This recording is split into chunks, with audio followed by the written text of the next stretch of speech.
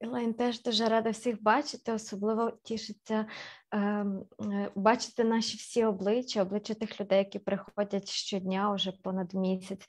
Ми ж також знаємо, що нас дивляться люди на Фейсбуку, на жаль, їхніх облич ми не бачимо, але ми раді, що вони з нами також.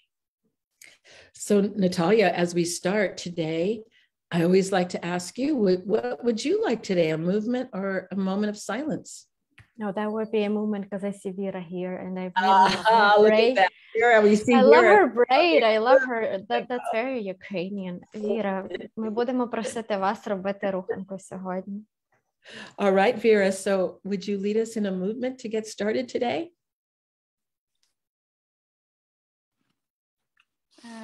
Вітання всім, доброго дня, доброго вечора, доброго ранку. І якщо забажаєте, можемо провести тут руханку. Я тут разом зі своїм песиком, вона вже рухається. І я вас запрошую, якщо ви хочете, можете вимкнути свої камери, якщо хочете, можете і лишити, як це ваш вибір. І запрошую вас, можливо, сядьте зручніше, як вам є, так зручніше, може сядьте. І, можливо, подивіться навколо трошки, помітьте оточення, можливо, знайдіть якісь об'єкти, які вам подобаються, або на які приємно дивитись. У мене вдома є вазончик такий росте. Помітити, можливо, щось таке, що вам подобається.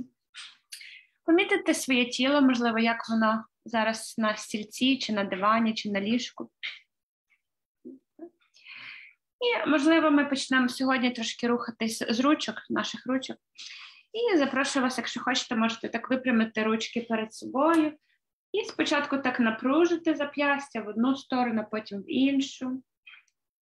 І просто почати так плавненько рухатися, як вам захочеться, швиденько чи повільно. Можливо, рухати зап'ястями так по колу, оскільки ми стільки часу проводимо на комп'ютері, на телефоні, порухати. Якщо хочете, можете розкрити ручки ширше. І до самого верху потягнутися. І донизу потягнутися знову. І знову перед собою випрямити і помітити, можливо, цього разу, коли ви випрямляєте перед собою, де ви помічаєте, можливо, різні відчуття в тілі. Якісь, можливо, м'язи напружуються чи розслабляються. І знову покрутимо трошки. І знову розкриваємо ручки. І простягаємось до самого верху, простягаємось. І перед собою так трошки. І трошки по пальчиками погратися. Я люблю так понажимати трошки на різні кінчики пальчиків. І просто помічати, знову ж таки, різні відчуття, помічати знову різні відчуття, можливо. Я люблю так теж потерти ручки, рухати так, як вам зручно. І знову ж таки, просто помічати різні, можливо, температуру, вологість, чи суха шкіра, можливо, Так. Дуже добре. Так, тепер давайте тако плечиками трошки покрутимо. І коли я, наприклад, піднімаю плечики вверх, мені завжди хочеться взяти такий вдих, а коли вниз, то видихаю, але в кожного по-різному. Тому просто помічаємо, як наші плечики рухаються. Можна навіть поставити ручки тако на плечі і отако порухати, якщо вам так хочеться. Як згодно. Так. Дуже добре. І тепер візьмемо такі ручки, можна так за голову взяти назад і відкриватися до неба, і потім загортатися. І так декілька рухів отак. І теж просто помічати різноманітні відчуття в тілі. Якщо це неприємний цей рух, будь ласка, не робіть, можливо, якийсь інший рух. І, можливо, так декілька разів. Знову ж таки, я люблю вдихати тут і видихати, коли згортаюся. І трошки тепер так в сторону, в одну сторону і в іншу порухатись. І знову ж таки, я відчуваю розтяжечку тут трошечки так в стороні, в тілі. І знову ж таки так розтягуватись трошечки так. Дуже добре. І тепер візьмемо такий великий, захоплюючий рух руками до самого верху, простягаємося і вниз так опускаємося аж до самих колін. І знову піднімаємось наверх, простягаємо руки до самого верху, помічаємо відчуття в тілі. І знову опускаємося самий низ. І тако декілька разів, ще разок можливо. І простягнутися і до самого низу. І можливо, якщо хочете додати ще будь-які рухи головою в одну сторону, в іншу. Теж, можливо, вам приємно знайти, можливо, якусь точку, на якій хочеться призупинитись трошки. В іншу сторону, можливо, призупинитись трошки. Призупинитися.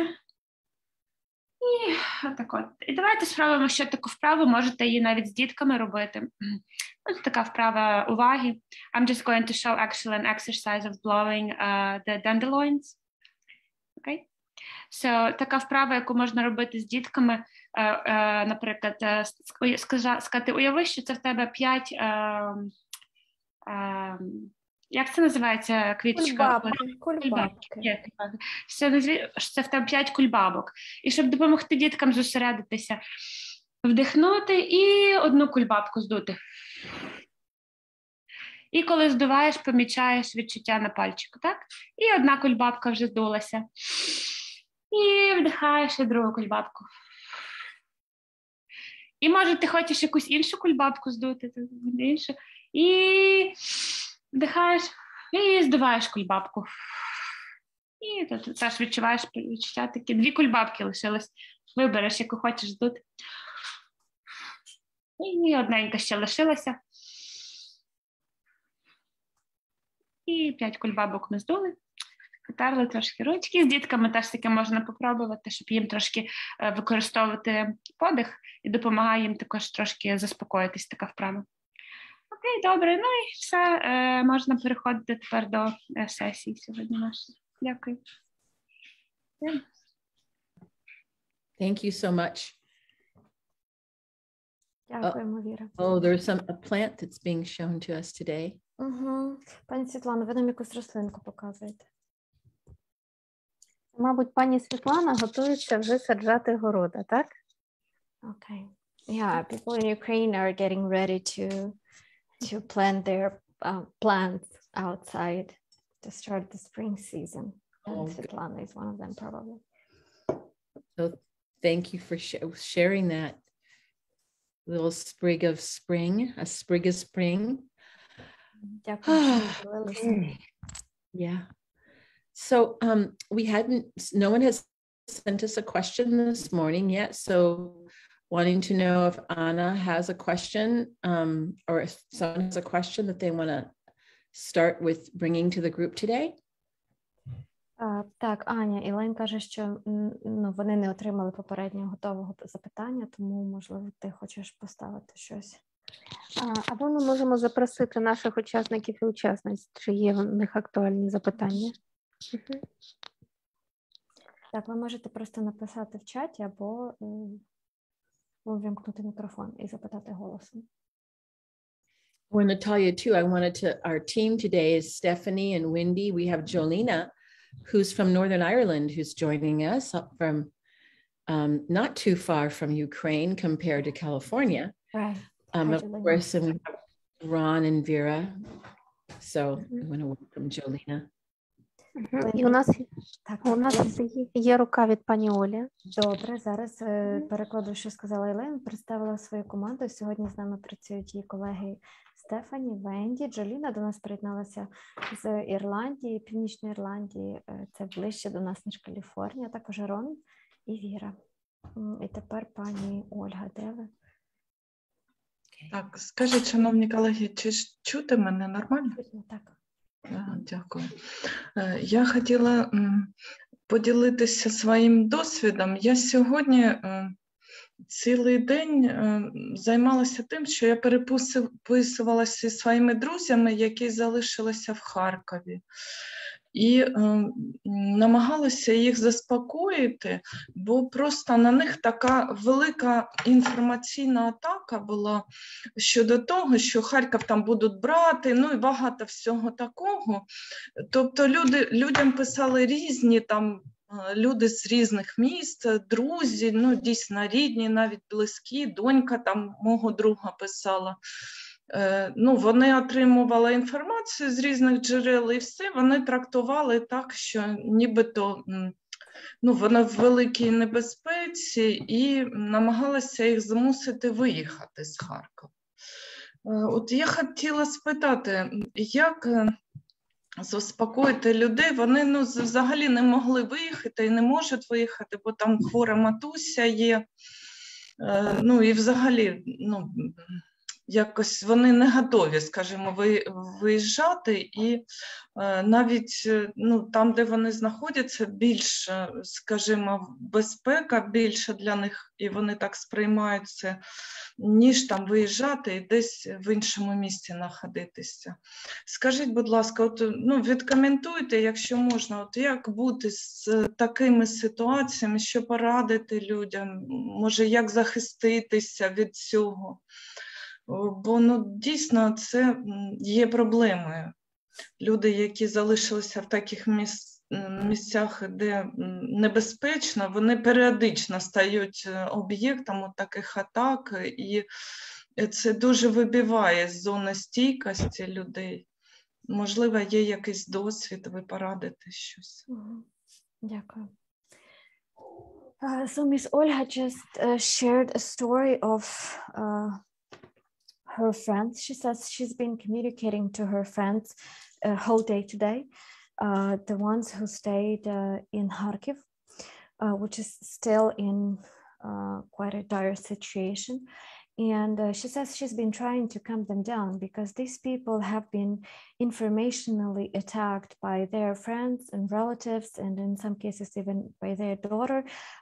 People texting them and talking to them and telling them that it's going to be, the situation is going to be worse, they need to leave, they are in constant danger. So her friends have been informationally attacked by others, forcing them to leave Kharkiv because it's going to be even worse.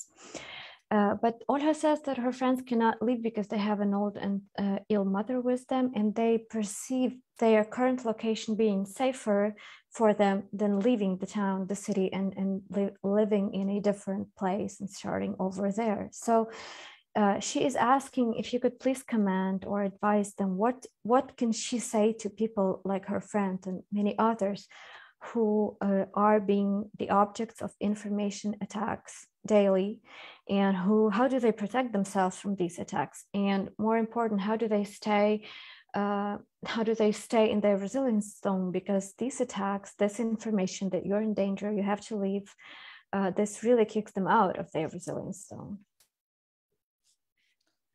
Oh my goodness, you know, and it sounds like I also want to just see, can you hear me? Because it just said my internet was unstable. Can you hear me? Okay, good.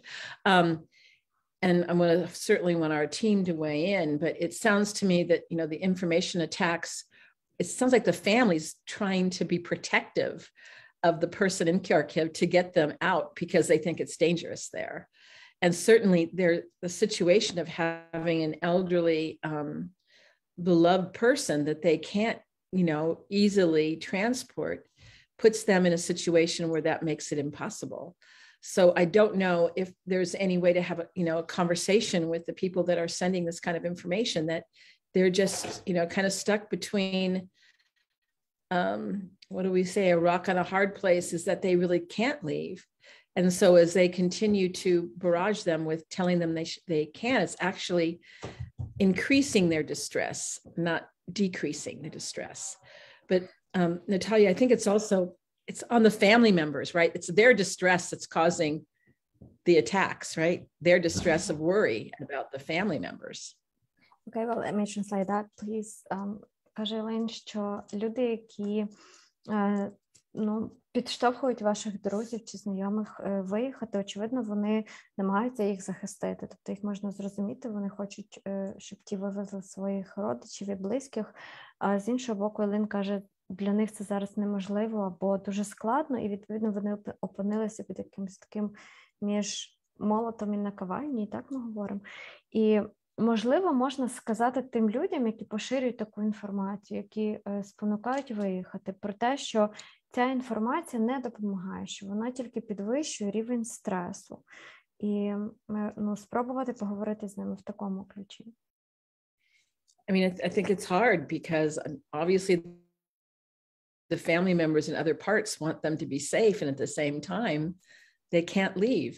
So I'm going to just ask if any of our team members have something to add in terms of some strategies or some things to do with the family that might help them, because that would be difficult to be barraged like that if they won't stop.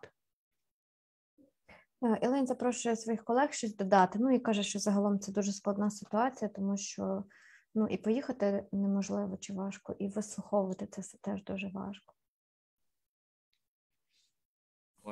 What I'm thinking about is that the way that we have endured all these hundreds of thousands of years is because we are an organism that's supremely designed to respond to threat. Арон каже, що ми як вид вижили, прожили багато років тому, що наші організми, наші тіла збудовані таким чином, щоб ми могли реагувати і реагували на небезпеку. So that when there is danger, our system responds with the goal of survival. І коли є якась небезпека, то наша система чи наші системи відповідають на неї режимом чи реакцією виживання. The problem that we see in the United States, I think all over the world during this information age, is that the more news that we are fed that increases our fear, the worse our fear becomes. І ми живемо в інформаційний вік, тому що більше новин чи інформації ми сприймаємо, то сильнішими стають наші страхи. And so then if we have a situation where everybody's fearful and responding to other people who are fearful, we're all in this high zone that we talk about, activated, fearful, angry, then it's difficult to make good, logical decisions. І тому, коли всі довкола на взводі, всі бояться і один одного підживляють страхи одне одного, то, відповідно, ми всі опиняємося в зоні цієї збудженості, в високій зоні, і тоді дуже складно приймати якісь логічні, виважені рішення. So I think the challenge, and this was a brilliant question, because I think the challenge is how to keep information coming in, not be closed off to information, but keep the information in and then try to settle ourselves so that we can then make the best decisions for ourselves and our loved ones. І складність ситуації, про яку пані Ольга розказала, Ірон каже, що вдячний вам за ваше запитання, воно дуже таке складне. Вона в тому, що як нам не закриватися зовсім від отримання інформації і при цьому намагатися бути в такому збалансованому стані, щоб не кіпішувати. Thank you, Ron. Does anyone else have anything they want to add? I'm sorry, maybe we should let Miss Olga say what she wants to say. Maybe she has... Okay, sure. Go right ahead. I didn't see the hand up. Yes, go ahead, Natalia. Пані Ольга, ви хотіли щось сказати? Скажіть, будь ласка. Я хотіла додати, тут є люди з Харкова. Я сьогодні прочитала дуже багато аналітики для того, щоб відповісти своїм друзям. Відповідати не просто там заспокойтеся, все буде гаразд. А саме для того, щоб пояснити, якою є ситуація насправді, і звідки ці слухи, ця інформація взялася. І хочу сказати, що дійсно Харківська область, вона звучить серед тих, які є в зоні небезпеки, але це лише Харківська область, її частина, тобто місто Лозова. І звідти дійсно вивозять людей, Що стосується Харкова і ближчих міст до нього, то там навпаки просять залишатися на місці. Тобто не виїжджати, не створювати такої зайвої суєти. Ось так. Тобто ця інформація, вона дійсно мала якесь підґрунтя, але це підґрунтя було недостатнім і невірно трактованим, скажімо так. Дякую. So Olga added that as she was trying to calm her friends down, she read a lot of analytical articles to respond, to be able to respond to them with not just, oh, calm down, but trying to explain what's really happening and whether Kharkiv is really that dangerous place as rumors say. So she says that as she read those materials, she found out that some parts of the Kharkiv region are actually among those that might be heavily attacked in upcoming days or weeks. But the city itself seems to be relatively safer place than those other areas. And it's even advised to stay and not create this additional panicking and movements back and forth. So she tried to explain this to her friends, saying that the rumors are kind of based on something, but this was not really the case. Like what her friends were told is not really the case. Yeah, well, and I think this is what happens, right? When there's such the horrific thing of what's happening is that, people amplify what also may be happening. I mean, it's really bad, but they also can be amplifying it. That was a good idea that she did. Yeah, I think that was a good idea that she had to try to give them information. But it also sounds like there's a suffering that the her friend is having. So one of the things I would recommend too is helping her friend with the skills. If she could teach her, help now strategies or the resourcing so that she can quiet her own nervous system. Because oftentimes, I mean, this happens with me and my family. Sometimes my family says things I don't like. I get upset. But if I try to stay within my zone, my response to them is much more logical and kinder and more compassionate. And that's why there's a value of paying attention to what's happening inside. And if she's noticing distress, how can she shift her awareness to her well-being?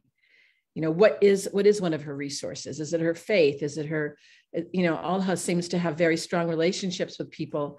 I bet you that just talking to Olga might be something that's very nurturing to her. And even as she's doing that, to say, well, I'm just noticing as we're talking together, do you notice any change inside that I'm really here to listen to what you're having to say? How many times have we gone to a good friend when we've been suffering and we can feel a little bit better? I know, I'm sorry, Natalia, I keep going, blah, blah, blah. Sorry. That's okay, I took some notes.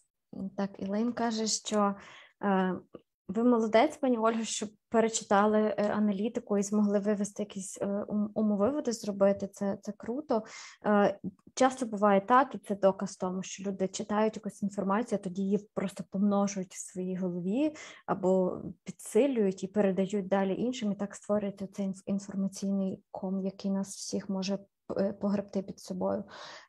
А також, що вона порадила цілком з практичного погляду, що ваші оці друзі, з якими ви спілкувалися, яких атакують їхні родичі, чи подруга, чи друг, не знаю, хто там у вас, ці люди, вони ж, очевидно, теж потребують допомоги з тим, щоб повернутися в свою зону стійкості. От Елейн каже, що коли її рідні щось їй говорять, що їй не подобається, вона може вилетіти з зони стійкості і тоді відповідати рідним зовсім не так, як хотілося. Допомагає використати навички, про які ми говорили, і тоді навіть слова рідних і тих, хто нам намагається щось доказати, чи довести, чи змусити нас виїхати, навіть ці слова тоді сприйматимуться простіше. Тобто ваші знайомі зможуть інакше реагувати на підштовхування рідних виїжджати, не вступати в цей конфлікт, а з такої стійкішої позиції з ними говорити. Що ви можете в цій ситуації зробити? Ви можете підказати своїм друзям про ці навички, про ресурсність, про навички миттєвої допомоги, про те, що навіть якщо ви спілкуєтеся з ним, наприклад, в телефонній розмові, Можливо, ці розмови теж є ресурсом для ваших знайомих, можливо, вони черпають якусь силу з того, як ви з ними спілкуєтесь, ви ж їх намагаєтесь підтримати і втішити, це теж ресурс. Ви можете в розмові з ними запитати, ну от коли ви говорите про щось позитивне, наприклад, запитати, чи помічаєш ти якісь зміни зараз на рівні тіла, якісь зміни в приємну сторону. Все це буде допомагати цим вашим друзям розширювати свою зону стійкості, щоб легше реагувати на те, що будуть їм говорити інші люди, а вочевидь вони будуть, бо це ж все ще не закінчилося сьогодні. See if Olga wants to say anything, if any of that would make sense to her, that could help or not. I mean, really paying attention to their relationship, right? That relationship that she has sounds really important to her friend, to me. Пані Ольго, каже Ілейн, що споку видається, ніби ці взаємини з вами для цих людей, вони важливі. Тобто, наскільки те, що Ілейн радить, вам здається доречним чи недоречним? Як ви думаєте, це можна використати, чи зможе це вам допомогти? Або їм?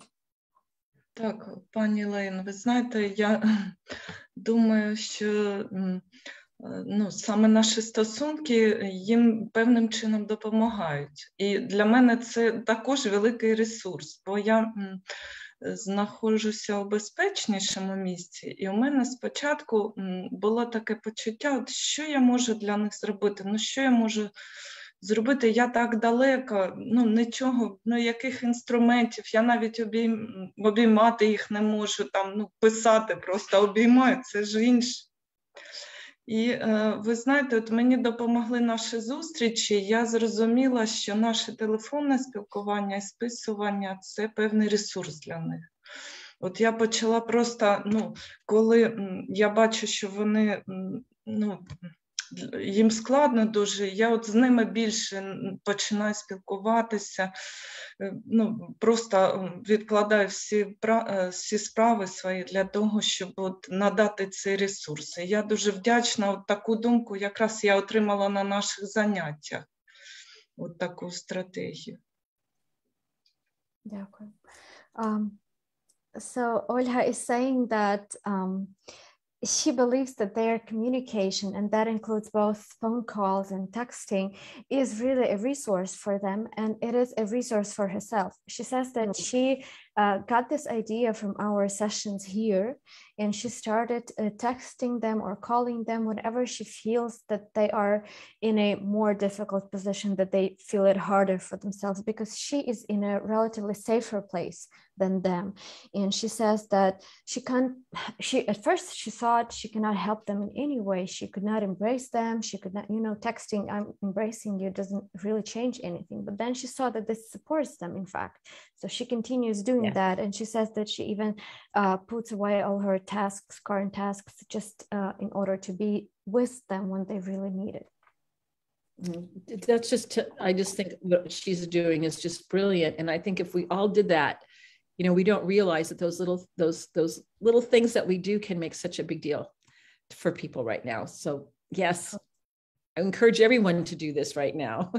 Okay, yeah, thank you. Каже Ілейн, що це насправді дуже, це дуже круто, пані Ольго, що ви це робите. Ми інколи можемо не розуміти чи не відчувати, наскільки це багато значить, але якщо уявити, що хоча б кожен із нас підтримує ще когось, то це насправді дуже багато, і цим можна змінити дуже, дуже багато всього. I think якщо можна додати ще. Я хотіла сказати, що я почала відвідувати наші зустрічі якраз коли я вже виїхала в безпечніше місце. І я спочатку підключалася на зустрічі і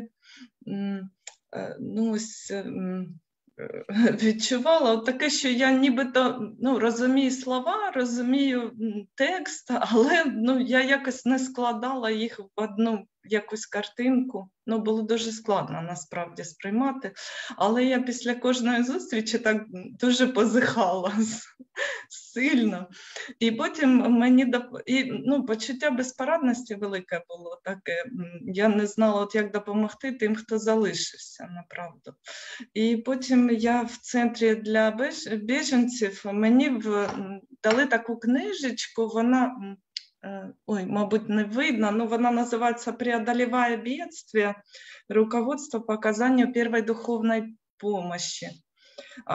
Вона така дещо християнська, але я перегорнула, коли останню сторінку, побачила, що тут якраз інститут травми долучився до розробки цієї книжки.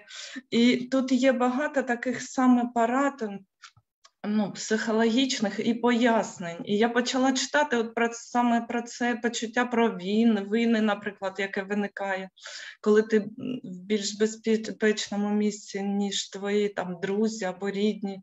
І багато такого, що мені допомогло, і якось стало все на свої місця після того, як почала я відвідувати наші зустрічі. Хочу сказати велику вдячність, направду. І я от сьогодні навіть запрошую своїх друзів, які у небезпеці, щоб вони якраз отримали цей ресурс, поспілкувалися. Саме Дякую. так. Дякую. So Olga shared her initial experience of coming to the sessions. She said that she started coming here right after she left Kharkiv to a safer place, but at first she could understand the words and the text, but she did not understand like the senses, the meaning of what we were saying here. But she stopped coming every single time, and then she says after some sessions she started yawning all the time, which now we know is a release sign. And then she says she found a small book. She showed us the book, the brochure about overcoming difficulties that's for like spiritual emergencies.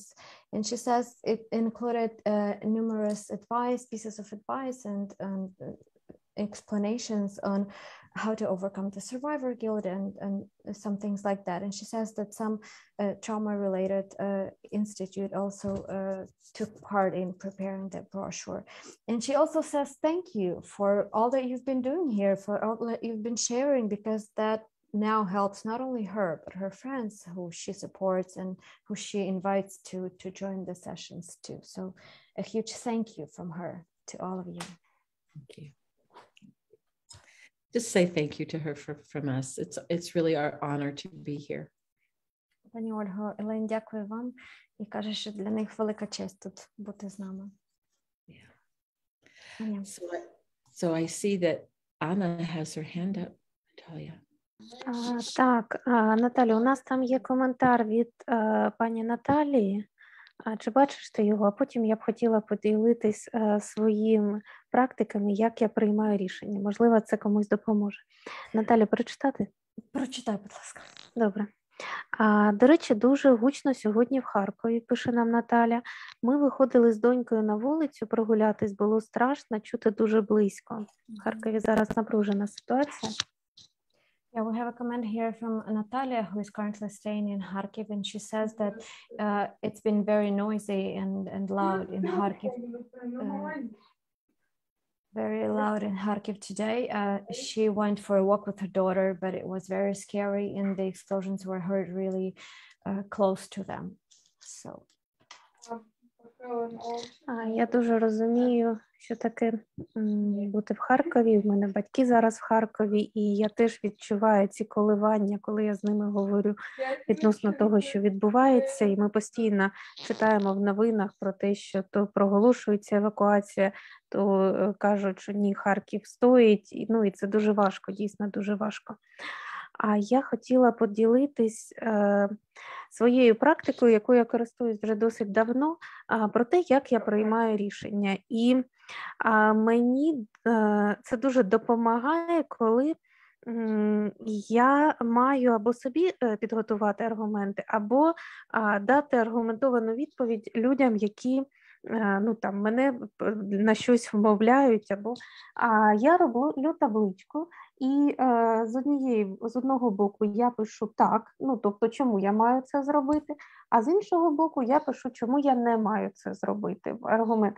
І якщо це дуже важливе рішення, як, наприклад, евакуація з міста, де в тебе є все твоє життя, Я роблю, коли це дійсно важливо, я навіть заповнюю цю табличку не один день, бо коли ти постійно думаєш про щось, ідеї приходять тобі, і якщо переважає за, тобто, у мене є можливість, я маю на це кошти, я там хочу відчувати себе бути в більш безпечному місці, або берегти дитину, або ще щось.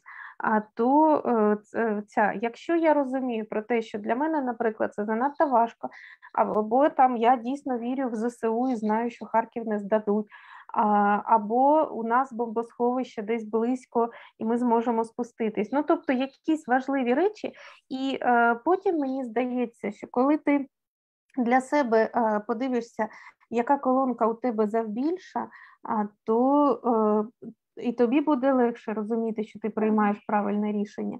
І давати аргументовану відповідь людям, які від тебе щось вимагають, і таким чином, з одного боку, вони дійсно хвилюються, а з іншого боку, я знаю, як це буває важко, коли ти відчуваєш, і тобі і так складно, а ти ще відчуваєш постійний ось такий тиск, і це додає зайвої напруги.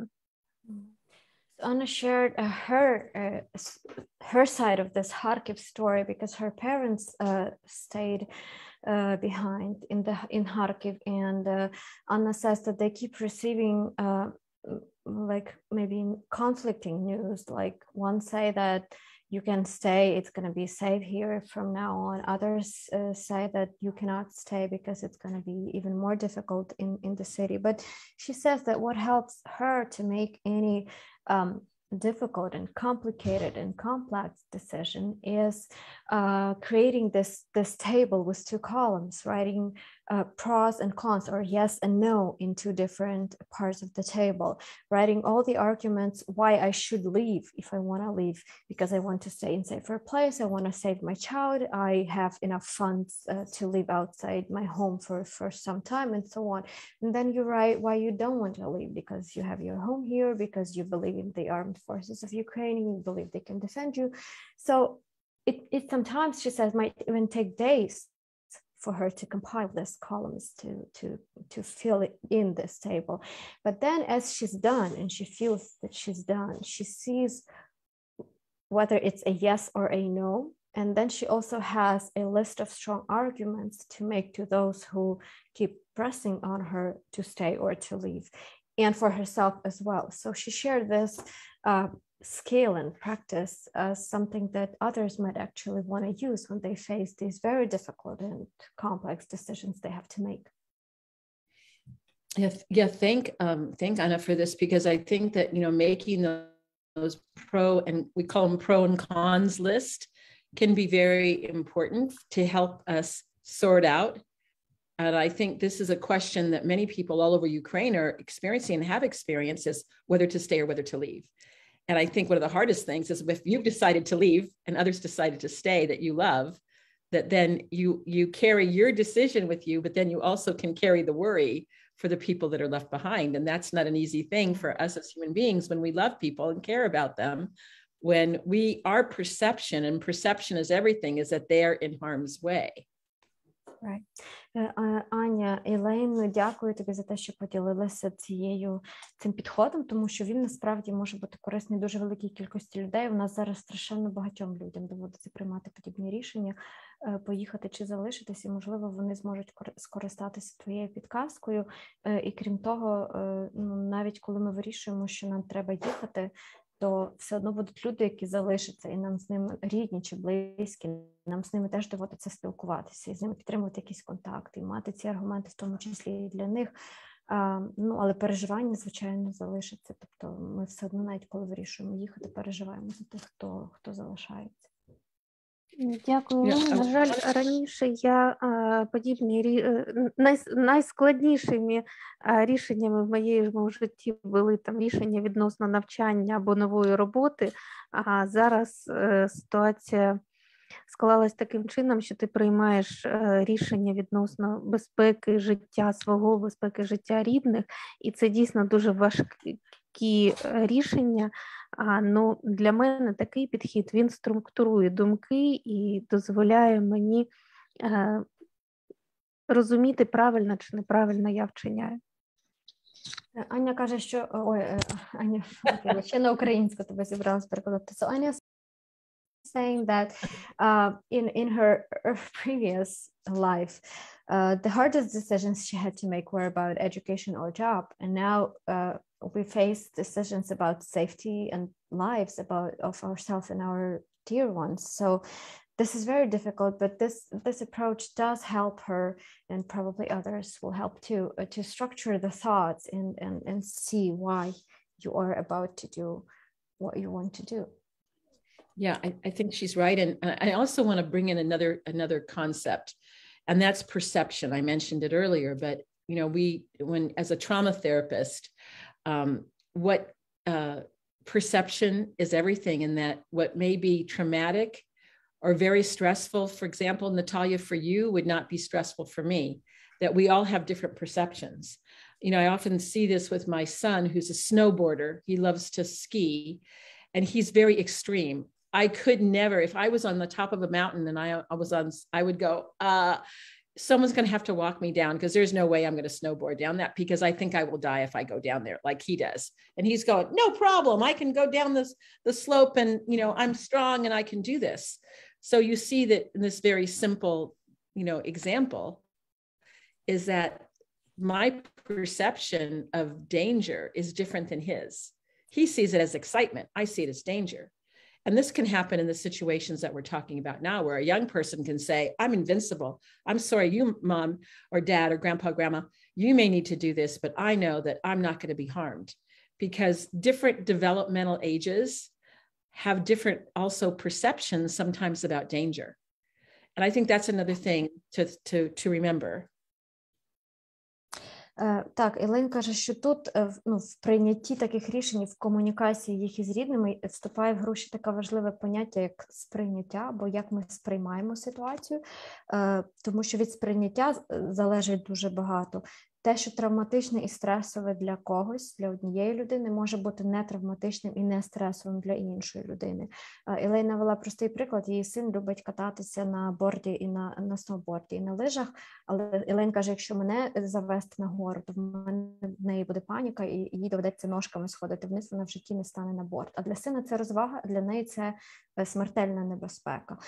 Точно так само може бути так, що молодь студентського віку вважатиме себе непереможною в цій ситуації, в них є таке сприйняття реальності, вважатиме, що з ними нічого не станеться, ми залишаємося. Тоді як, наприклад, їхні батьки чи бабусі, дідусі будуть сильно панікувати в такій ситуації. Тобто є ще така вікова різниця в сприйнятті, і її теж потрібно враховувати, коли ми приймаємо якісь рішення чи комунікуємо ці рішення своїм рідним. Yeah.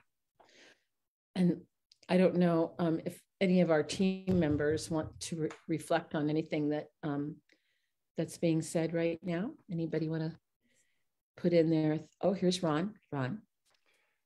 Well, to summarize the brilliant comments other people have made, what we're encouraging is to try to settle ourselves and to try to help the other person use their skills and strategies to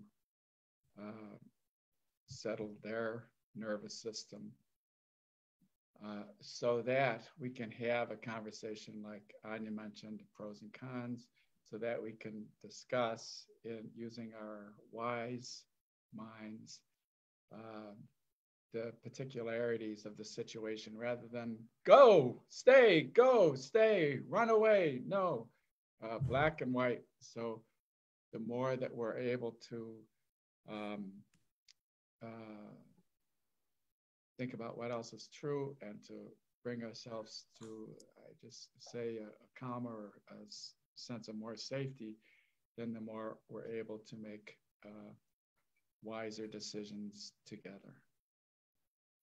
Рон також каже, що якщо нам доводиться приймати подібні рішення, і в які залучено також чи в обговорення цих рішень залучена інша сторона, то було б добре проводити ці обговорення, коли і ми, і інша сторона перебувають у зоні стійкості або хоча б близько біля неї, тобто і себе привести в такий нервово чи психічно стабільніший стан, і допомогти тій іншій стороні заспокоїтися, там, не знаю, запропонувати їм якусь із практик.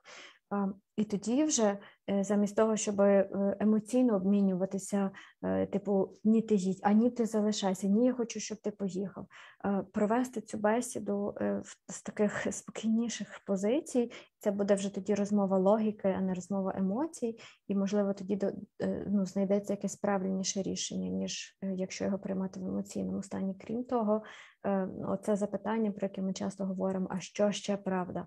Воно, по-перше, допомагає більш широко глянути на ситуацію, по-друге, заспокоїтись, по-третє, можливо, теж стане якимось аргументом чи чинником у обговоренні того, як усе зараз насправді і що варто зробити, поїхати чи залишити.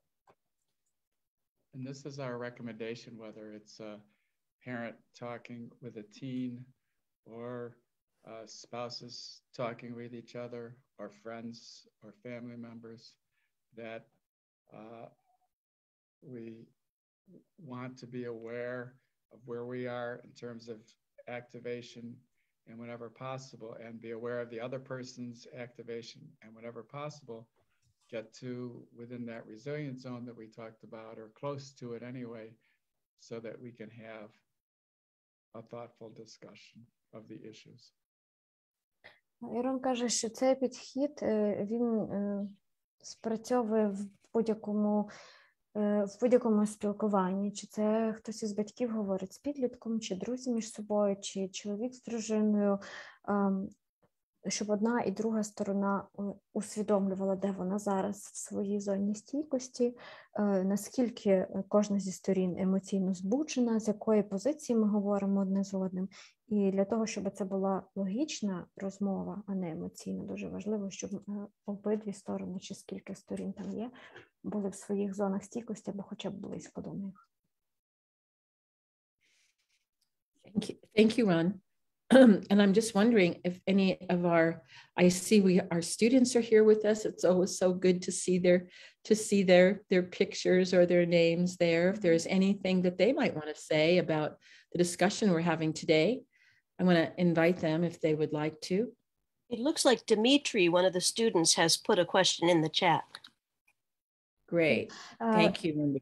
Так, Ілейн каже, що якщо хтось із наших студентів, які тут є, ми вже вас за іменами і аватарками пізнаємо трохи, можливо, ви хочете щось сказати або додати, то... Наталя, у нас є коментар від Дмитра щодо використання квадрату Декарта.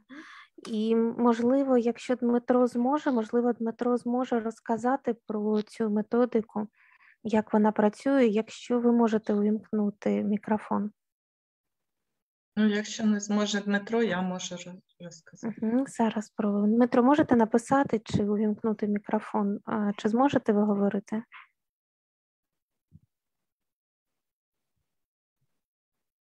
Okay. So Dmitro put a question up here in the chat about what do you think about the Descartes square?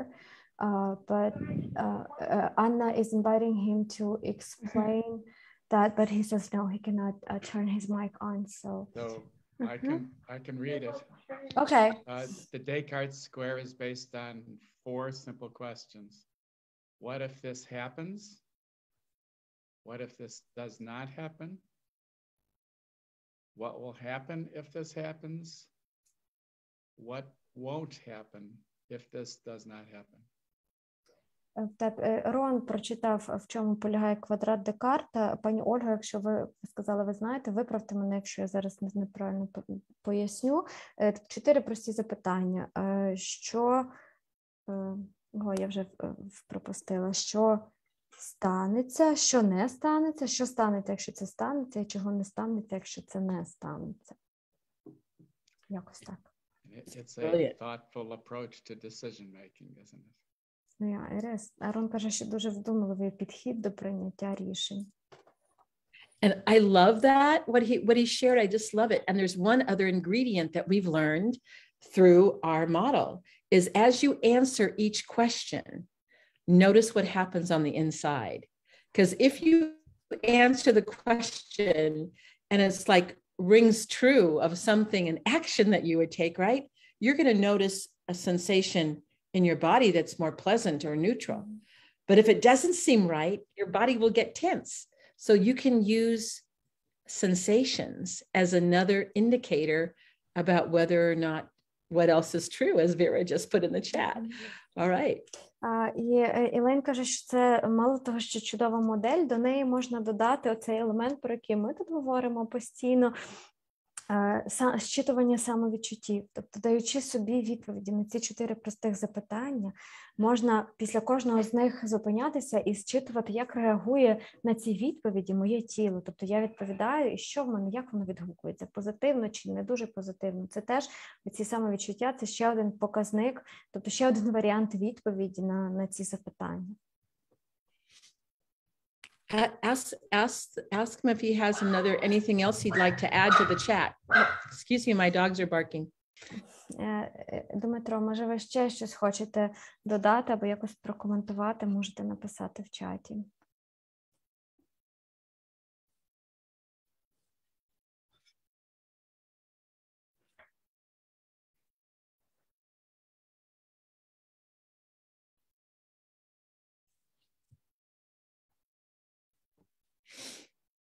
Так, Дмитро каже, що нічого не хоче додати, я так зрозуміла.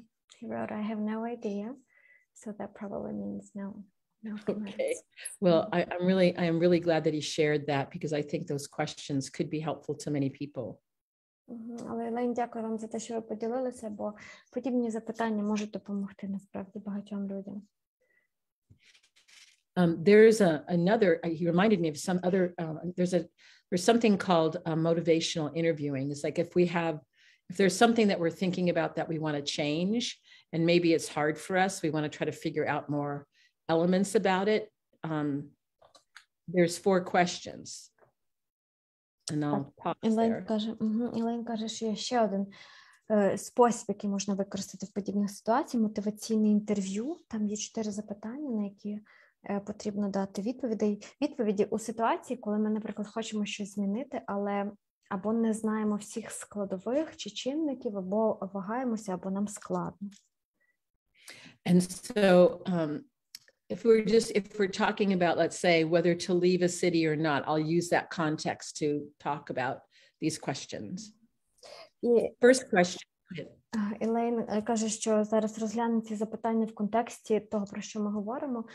Виїжджати мені з міста чи ні? What do I like about just staying where I am right now? What do I like about it? Що мені подобається в тому, щоб бути тут, де я є, залишитися тут, де я є? If I were to, let's say, make this move outside of the city, what would I be the most afraid of? Якщо би я виїхала з міста, то чого я найбільше боятимусь? If I don't stay, and if I remain in the city where I am, what am I the most concerned about?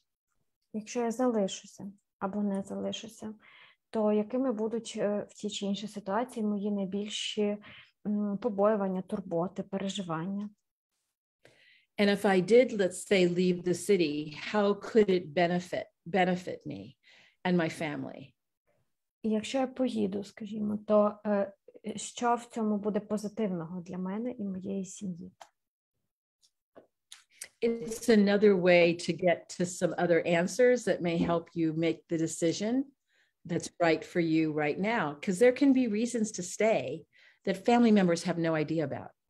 And this could also be helpful to share with them because maybe they didn't consider why it's more beneficial to stay than to leave until you elucidated the reasons, until you kind of named what those reasons are. І Елейн каже, що це просто ще один метод, яким можна знайти для себе якісь відповіді, яких ми раніше, можливо, не помічали, або знайти якісь відповіді для родичів, які хочуть, щоб ми зробили по-їхньому, а ми хочемо поступити інакше. А ще вона каже, що було б непогано комунікувати з людьми, які нас підштовхують до певних рішень, чому ми ну, наприклад, якщо хтось хоче, щоб ми виїхали, а ми хочемо залишитися. Чому ми залишаємося? Можливо, ті люди не знають про всі наші аргументи, про всі наші причини, про щось підводне. Іноді просто прокомунікувавши це їм, може бути легше налагодити спілкування з ним. And then finally, this is an important question. What would have to happen for me to leave the city? What would have to happen for me to leave? Even after I explored all these other ideas. So there may be some reasons why you would leave. Крім того, Елейн каже, що навіть після того, як вивчили всі аргументи за і проти, і навіть прийняли якісь рішення, то є ще одне запитання, яке можна собі поставити. Що має статися, щоб я таки поїхала з міста? And Natalia, I see something in the chat. I was about to say that. Olga, who is with us today, who asked the question, shared a commentary from Olga, who was with us yesterday, the grandmother of the boy who was asking everyone to run away. So she cannot put anything in the chat, that other Olga, but she asked to say very. Okay, очень там важне слово, да? Я не бачу на моніторі. So all these things that we'll be saying are very important, and she says a huge thank you for all pieces of advice that you shared with us. Okay, thank you. And I see that Vera has her hand up. Yes, thank you. The conversation reminded me of the conversation I had with my mom about a week ago. And my parents live in Lutsk, Ukraine. Oh, I'm speaking English. I will translate into Ukrainian. Okay, go ahead. Yeah, sure. And my parents live in Lutsk, Ukraine. And I asked my mother, Mom, what would it take for you? How bad does it have to be for you to leave? Because they had opportunities and I was trying to offer them, to take them, to bring them here. And she said, I probably will only leave if there is no one left whom I know. And she said, I feel it's my duty to stay here and support people emotionally, or make vareniki for them, because that's what she does, or cook. And she said, I probably will just keep on going unless there is no one left that I know. So I'm going to translate this. І на це питання, наприклад, я говорила зі своєю мамою десь, можливо, тиждень тому, і в мене батьки живуть в Луцьку, в Україні, і вони також вирішили лишитись, і я в них питала, як має бути, наскільки має бути погана ситуація, щоб ви вже дійсно вирішили переїхати, оскільки така можливість є. Але мама сказала, напевно, лише тоді, коли не буде ніхто не лишиться з людей, яких я знаю, чи людей, яким я можу допомогти. Якщо я лишусь абсолютно сама, тільки тоді я буду виїжджати, тому що зараз я відчуваю потребу, що я тут маю бути, підтримувати людей. В мене мама така емоційна підтримку, дає емоційну підтримку. Також вона готує вареники для людей, і також вона працює в дитячому садочку, які зараз відкрилися, і вона хоче бути там як няня, допомагати діткам. Та це її вибір, і це була така її відповідь. Okay. Thank you. See if anyone has, thank you so much, Vera, for sharing. Let's see if anyone has anything they want to share. I can't believe it's already our time is up. See if there's any more comments or anything. I often like to come back to Anna, who usually has some parting words of wisdom for us. Так, Елейн каже, що нам уже час прощатися на сьогодні, тому, Аню, твій вихід з мудрими прощальними словами.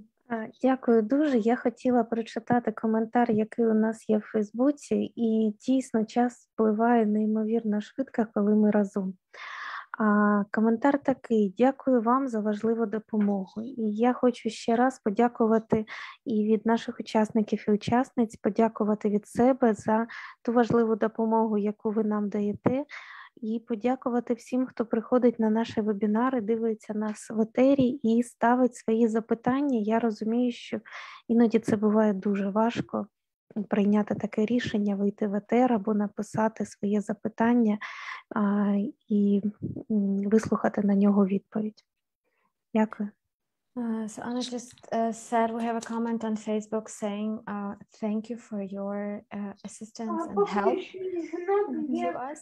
And she also says that she herself thanks all of you who come to share your wisdom and your support, and also to those people who come daily to watch, to listen, and to ask their questions, because sometimes asking those questions is not that easy as well. Yeah. Thank you so much to that person who's listening on Facebook. Her comments mean so much to us. As I said before, this is really we are so humbled and grateful to be able to provide support during these times. And we also appreciate the questions, because I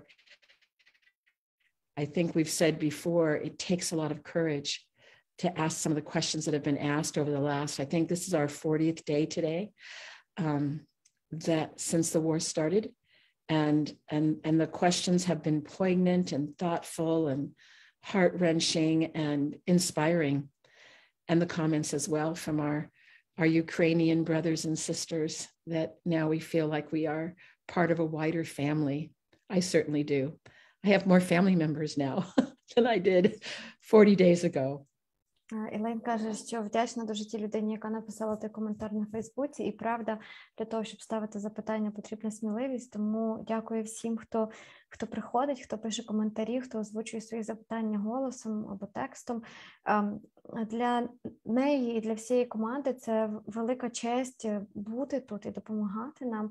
І Елейн каже, що в неї таке відчуття, ніби за ці 40 днів, уже 41-й, здається, сьогодні, її сім'я стала значно більшою. Ми всі зараз тут як брати і сестри одне одному. І да, велике всім спасибі за те, що ви є і приходите. Дякую. Thank you so much. Thank you. Yeah, we'll see you tomorrow. We'll see you tomorrow. I won't be here tomorrow, but other people will, but I'll see you back on Friday again. Yeah, sure. Thank you. Bye-bye. Bye-bye. Пока. Зустрічаємось завтра, будемо говорити про проблеми людей, які переїхали, а в п'ятницю будемо говорити про вагітних та молодих матусь. Всім до зустрічі. See you tomorrow.